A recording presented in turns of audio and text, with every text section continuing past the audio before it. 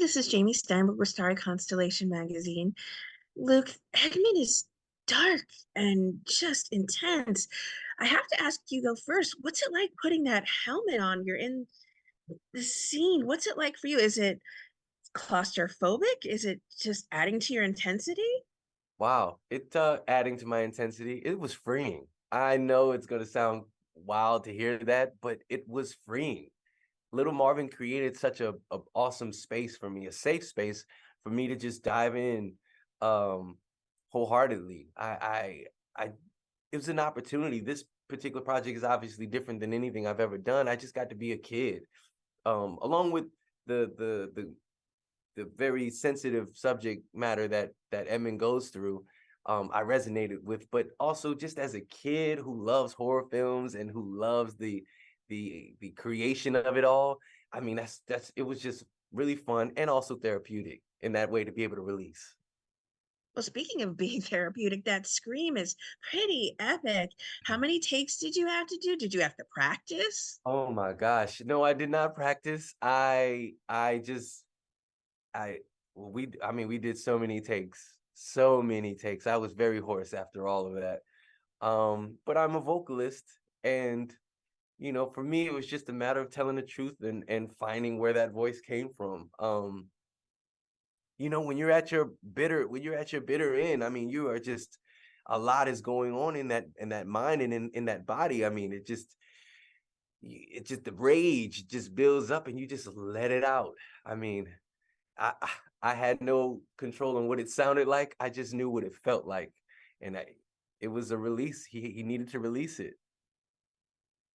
There's such an intensity and depth to this series. How do you shake off a long day of being Edmund?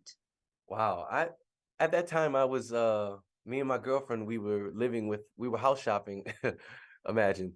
Uh and living with my mother. So I was surrounded by family. You'd be surprised, but walking in every day after work, my mother, she had no idea what I was doing, but she would say, "Oh my God, you would have thought you were laying pavement." I would, I would be so tired, so drained because it asked of everything of me.